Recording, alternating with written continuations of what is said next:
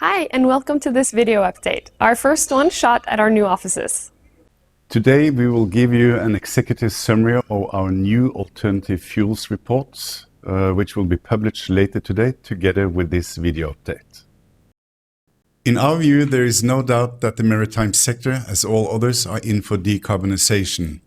It is clearly pronounced by the IMO in the greenhouse gas strategy, but even as importantly, we have a clear impression that the industry itself acknowledged decarbonization as a fact and are scrambling towards solutions as time is short to reach the IMO goal of at least 50% reduction in CO2 emissions by 2050. Fuels, or more specifically, the choice of fuels, is very important in this context from both a technical point of view, but also the commercial angle. In this video, we will present an executive summary of our recently published report on the topic, which seeks to sort out the pros and cons of several fuels. For access to the full report, reach out to your Fearnleys broker. An initial challenge is, of course, to define what an alternative fuel actually is. We will cover the following fuels: hydrogen, ammonia, liquid organic hydrogen carriers, methanol, dimethyl ether, e-fuels, biodiesel, ethanol, ethane, biogas, LNG, and LPG. The topics on which we discuss and compare the fuels are their physical properties, production and production pathways, emissions, storage and transportation, logistics, safety issues, propulsion systems, regulatory issues, and cost. There is, however, no alternative fuel which scores well on all of these topics. For example, methanol and ethanol are very easy to store and transport as they are liquid at ambient temperatures. On the completely other end, we have hydrogen requiring refrigeration to minus 250 degrees Celsius for liquid hydrogen and up to 700 bars to be pressurized. Also, in terms of tank space, hydrogen is not desirable, where pressurized hydrogen requires 7 times the tank space of heavy fuel oil for the same energy content.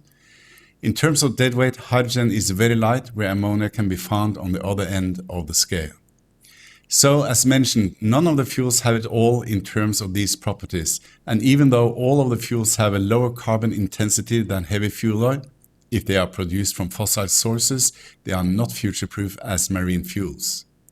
All of the discussed fuels are conventionally produced from fossil sources, apart from ethanol, which is produced as a biofuel. However, all of the fuels can be produced renewably. Nearly all of the mentioned fuels can be made as bio or E alternatives. Carbon-neutral fuels means that the fuel in itself emits carbon dioxide when combusted as its fossil counterpart. There has, however, been carbon dioxide captured from the atmosphere in production of the fuel, either naturally through biomass or through capture from the air. This then offsets the emissions from combusting the fuels. Biofuels are produced from biomass such as wood, corn, sugarcane, or algae. But how are synthetic e-fuels, hydrogen, and ammonia produced? Renewable electricity, water, and carbon are the feedstocks for producing green and synthetic fuels. Green hydrogen is produced through electrolysis of water and can in itself be used as a fuel. As we saw earlier, there are several drawbacks of pure hydrogen as fuel, such as the extent of refrigeration or pressure needed to store it. The green hydrogen can therefore be used in the Haber-Bosch process together with nitrogen from the air to produce ammonia, which is much easier to store and requires only a small fraction of the tank volume of hydrogen.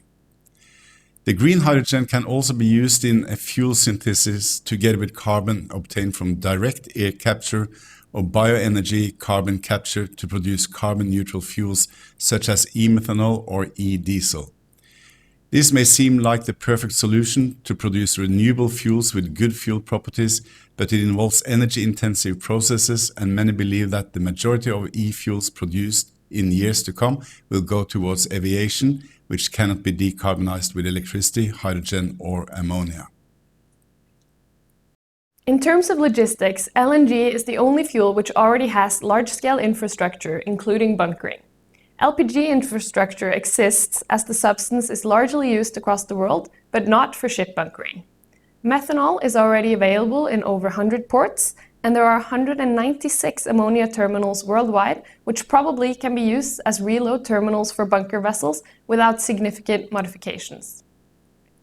In terms of safety, ammonia poses the most notable risks. Even a small slip of ammonia can be very dangerous to life and health. The trading market for ammonia today is very small, so experience in handling the substance is also limited. Upskilling of workforce will be necessary in the uptake of ammonia as a marine fuel. Methanol is also toxic and poisonous, but not to the same extent as ammonia.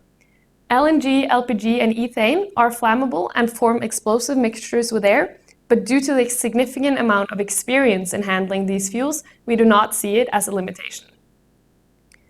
In terms of engines, they exist for LNG, ethane, and methanol today. Both MAN and Wärtsilä are currently developing an ammonia-fueled engine. MAN has announced their model will be commercially available in 2024, whereas Wärtsilä is a horse head behind in 2025.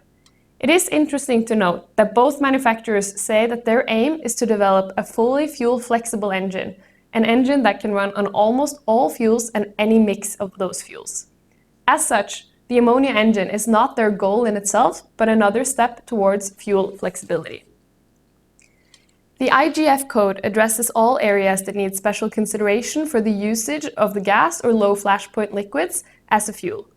LNG is covered in detail, and interim guidelines for methanol and ethanol were approved in 2020. Other fuels must follow the alternative design approach. Regulations for ammonia are not in place, and we do not believe this is just around the corner. When it comes to cost, it is no doubt that the renewable alternatives of any of the fuels will be very costly. Several sources indicate a target price for green hydrogen at $1 per kilogram. Direct air capture is still very expensive. We have looked a little bit more in depth at biogas or biomethane, which we see as a very promising alternative for shipping.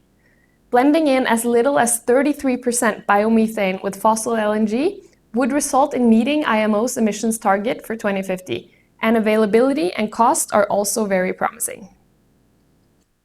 So to wrap it all up, there are several alternative fuels to HFO for shipping, but they must be produced renewably to be future-proof. None of the fuels have it all. Safety, logistics, regulations, and costs are major challenges for years to come. Please reach out to your Fearnley broker for access to the full report. Thanks for watching.